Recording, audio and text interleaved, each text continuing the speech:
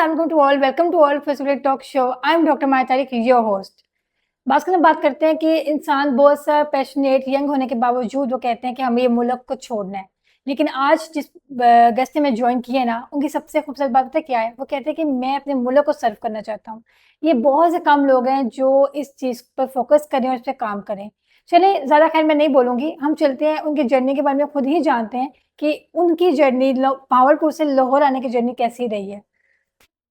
अस्सलाम वालेकुम डॉक्टर अहमद, कैसे हैं आप? वालेकुम अस्सलाम। मैं अल्हम्दुलिल्लाह बिल्कुल ठीक-ठाक। आप कैसी हैं? अल्हम्दुलिल्लाह बिल्कुल ठीक। थैंक यू सो मच कि आपने टाइम निकाला और हमारे पॉडकास्ट सेशन में आए। होप सो ये पॉडकास्ट सेशन हमारी यूथ के लिए बड़ा इंपॉर्टेंट रहे बिल्कुल और बहुत इंशाल्लाह। कुछ आपसे इंशाल्लाह सीखेंगे हमारी यंग जनरेशन। बिल्कुल, बिल्कुल। ओके सर, पहले बताइए कि आपकी क्वालिफिकेशन क्या है? मैंने डीपीटी की है गवर्नमेंट कॉलेज यूनिवर्सिटी फैसलाबाद से और करंटली मैं लाहौर के अंदर प्रैक्टिस कर रहा हूँ। आप एक स्पेशल आपकी जर्नी रही है और वो जर्नी ये है कि आप बहावलपुर से लाहौर शिफ्ट हुए हैं। बिल्कुल। मुझे याद है गालिबन जब मैं इनसे मिली रिसेंटली, वैसे जानते थे बहुत पहले से थी इनको, लेकिन जब मैं मिली फर्स्ट टाइम इनसे, जब इन्होंने बोला कि मेरा ड्रीम है लाहौर में काम करना, तो मैंने कहा लोगों के ड्रीम होते हैं बाहर जाने के और इनका पैशन था कि लाहौर में काम करना। तो सर ये पैशन, ये मोटिवेशन कैसे आई? बेसिकली डॉक्टर मारिया इस तरीके से है कि मेरी हमेशा से कोशिश रही है कि मैं पाकिस्तान के अंदर रह के काम करूँ। मैंने ये कभी भी नहीं सोचा कि मैं पाकिस्तान से बाहर चला जाऊँ या पाकिस्तान से बाहर जाके काम करूँ और बाहर के नेशन को हम सर्व करें। मेरी कोशिश थी कि हम पाकिस्तान को ही इतना बेहतर बना दें कि हमें बाहर जाने की ज़रूरत ही ना पड़े।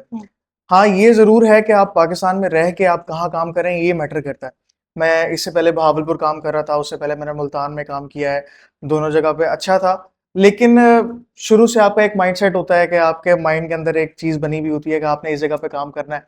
आपका एक ड्रीम बना हुआ होता है, कुछ लोगों का मुल्क से बाहर का ड्रीम होता है, कुछ लोगों का सिटी जो है ना कोई एक ड्रीम होता है, कुछ लोगों का जैसे होता है कराची, इस्लामाबाद, मेरा था लाहौर के अंदर क्योंकि हम लोग वैसे बेसिकली लाहौर से ही हैं। तो वापस बहावलपुर से मैं लाहौर मूव करना चाह रहा था, तो ये मैंने सोचा कि हम लाहौर में ही जो है मैं काम स्टार्ट करूं और लाहौर के अंदर ही हम स्टार्ट करें।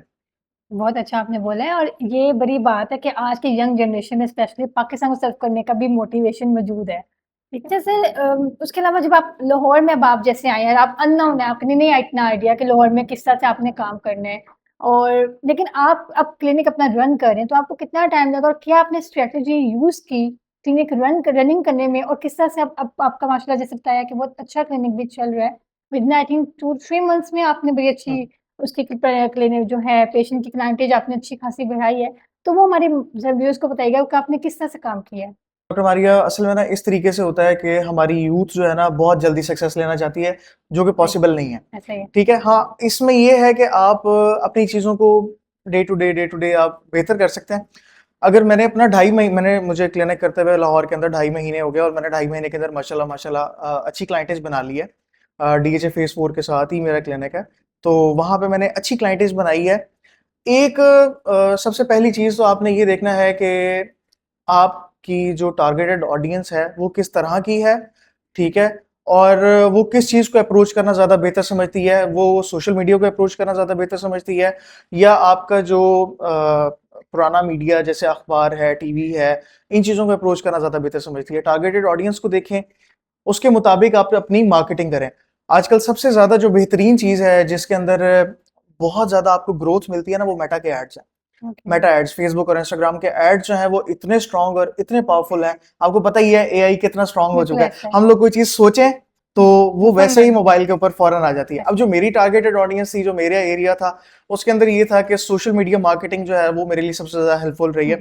मैंने मेटा के एड्स लगाए हैं, वो जो कि मुझे खुद लगाने आते हैं क्योंकि मैं डिजिटल मार्केटिंग कर चुका हूँ बहुत अरसा। तो मेरी ये सजेशन है कि जितनी भी यूथ है, जो भी फ्रेश ग्रेजुएट्स हैं या अभी मार्केट के अंदर इन होना चाह रहे हैं, सबसे पहले तो वो मेटा के एड्स लगाना सीखें। मेटा अगर आपने सीख लिया तो वो आपके लिए बहुत ज़्यादा बेनिफिशियल रहेगा और आपकी मेरी अब तक की जो टोटल क्लाइंटेज है ना, वो 90% मेटा के एड से आ रही है और 10% है कि आपका रेफरल जो है वो आपके किसी जानने वाले से आ गया। तो 10% वो है, 90% जो है वो मेटा के एड से मेरा क्लिनिक चल रहा है। ये इन्होंने बड़ी अच्छी बात कही है, स्पेशली इनका ये पॉइंट मैं ऐड करूँगी, जिसमें इन्होंने बोला कि ये एड्स का काम करते थे। अब ना इतना स्टैटिस का वैसे याद है कितना नहीं है। जिस तरह हम जब ग्रेजुएट होने वाले होते थे, तो स्टैटिस बहुत ज़्यादा बनी हुई होती थी बिल्कुल और ऐसे हम उसमें पार्टिसिपेट करते थे, फ्री में हम वर्क करते थे, और ये शायद जो आपने कहा ना स्किल वहीं से आपने सीखी थी और आप वहीं से पोस्टर बना बना के ग्रुप में भेजते होते थे, शायद आपको याद हो। बिल्कुल और वो ऐसे ही। चीज आपने काम अपनी स्किल्स को इम्प्रूव करते करते आज देखिए वो जो स्किल आपने अनपेड काम किया, बिल्कुल, आज वो आपको काम पेड दे रहा है। आपको बिल्कुल कोई ऐसे मार्केटर हायर नहीं करना पड़ रहा, किसी से आपको काम करना नहीं पड़ रहा, आप वो सब काम खुद कर रहे हैं। ही। ये ऐसे ही है।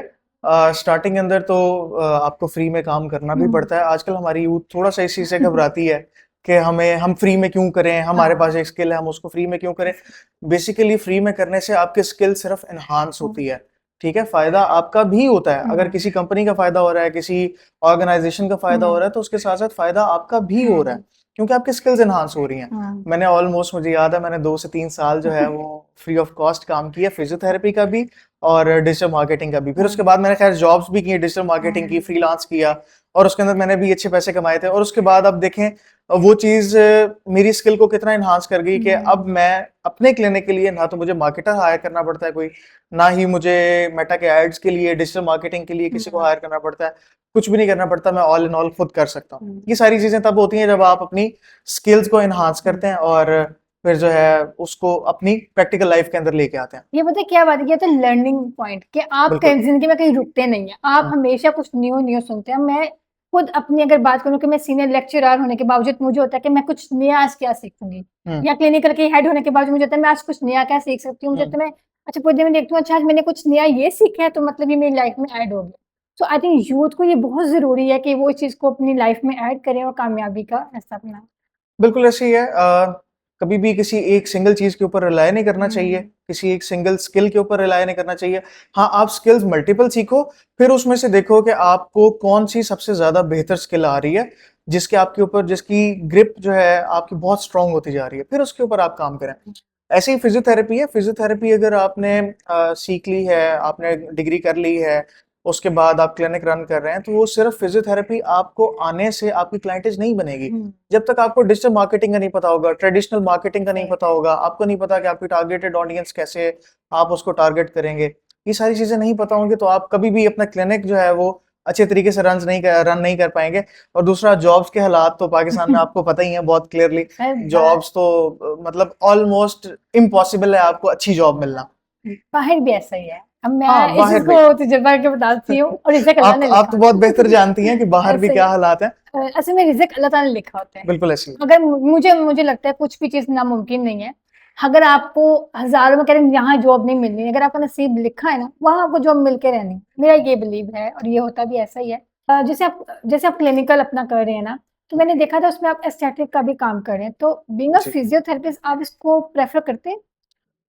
देखें, अगर आपके पास कोई भी एक्स्ट्रा स्किल्स हैं तो उसको अपनी प्रैक्टिकल लाइफ के अंदर लेके आना चाहिए। मैंने 1 साल का डिप्लोमा किया हुँ। एस्थेटिक्स के अंदर। खैर मैं उसे प्रैक्टिकली अब अपनी लाइफ के अंदर ओके। लेके आया हूँ, जिसे मैं प्रॉपर्ली परस्यू कर रहा हूँ हुँ, हुँ। अपने करियर के साथ-साथ, फिज़ियोथेरेपी के साथ-साथ। ओके। बेसिकली तो फिज़ियोथेरेपी है मेरा मेन करियर, लेकिन हुँ, इसके साथ-साथ एस्थेटिक्स को भी मैं परस्यू कर रहा हूँ। हुँ। और जो मैंने क्लिनिक बनाया है उसके अंदर मैंने साथ जनरल फिजिशियन भी रखी हैं, डर्मेटोलॉजिस्ट हैं। तो जो मेरा क्लिनिक है उसके अंदर मैंने केबिन्स बनाए हुए हैं। ओके। तो मैंने सिर्फ अपने लिए नहीं बनाया था, ये नहीं सोच के बनाया था कि मैं सिर्फ ऑल इन ऑल मैं हुँ, ही रहूँगा यहाँ हुँ, पे। हुँ। मैंने ये सोच के बनाया था कि मैं दूसरे डॉक्टर्स भी हायर करूँगा, okay. Business point of view से, तो उसको भी साथ लेके चलूँगा। तो अगर आपके पास कोई एक्स्ट्रा स्किल्स हैं तो आप उसको भी परस्यू करें, ठीक है? फिज़ियोथेरेपी के अंदर भी हम एक्स्ट्रा स्किल्स हुँ, लेके आ सकते हैं, जैसे हम हजामा करते हैं, ड्राई हुँ, नीडलिंग करते हैं, काइनेसियो टेपिंग करते हैं, और भी बहुत सारी चीज़ें हैं। फिज़ियोथेरेपी के अंदर रहते ही कायरो भी हम कर सकते हैं। तो ये फिज़ियोथेरेपी के अंदर रहते हुए भी हमारे पास बहुत सारी एक्स्ट्रा स्किल्स होती हैं जो हम सीख के नेक्स्ट परस्यू कर सकते हैं उनको। तो इसी तरीके से बस मैंने साथ थोड़ा-सा एस्थेटिक्स का भी किया है। हुँ। अच्छा लगा जैसे आपने इतना अगर यंग हो के आपके अंदर पैशन है कि भई मैंने काम करना है, और आई थिंक इसी पैशन से अगर बहुत से लोग काम करें ना, तो वो अपनी फील्ड में पाक से रह के रहते हुए एक्सेल कर सकते हैं। बिल्कुल कर सकते वक़्त हैं। लगता है लेकिन हर चीज़ हो ज़रूर जाती है। छोटा-सा एंड में बस मैं इसको कंक्लूड करना चाहूँगा कि देखें, दूर के ढोल सुहाने होते हैं। कंक्लूड करें। हाँ जी, कंक्लूड करें। डॉक्टर मारिया, बस एंड में हम इसको कंक्लूड करते हैं छोटी सी एडवाइस के साथ हमारी यूथ के लिए। हमारी यूथ जितना ज़्यादा सोचती है कि पाकिस्तान से बाहर बहुत ज़्यादा अपॉर्चुनिटीज़ हैं और पाकिस्तान के अंदर नहीं है, तो ऐसा बिल्कुल नहीं है। बाहर भी इतनी ज़्यादा अपॉर्चुनिटीज़ नहीं है, बाहर भी बहुत ज़्यादा सैचुरेशन हो चुकी है और पाकिस्तान के अंदर सैचुरेशन तो ऑलरेडी है, लेकिन अगर आपकी स्किल्स अच्छी हैं तो आप स्टैंड आउट कर सकते हैं बाकी लोगों के दरमियान। और कोशिश करते रहें, ठीक है? स्किल्स साथ साथ सीखते रहें, कभी भी अपनी लर्निंग स्टॉप नहीं करनी, कभी भी ये नहीं सोचना कि मुझे सब कुछ आता है, मैं ऑल इन ऑल हूँ। अगर आप ये सोच के चलेंगे तो आप कभी भी ग्रो नहीं कर पाएंगे। बस इतनी छोटी सी एडवाइस है, काम करते रहें और लगे रहें, इंशाल्लाह आप एक दिन जरूर कामयाब होंगे। Thank you. वेलकम।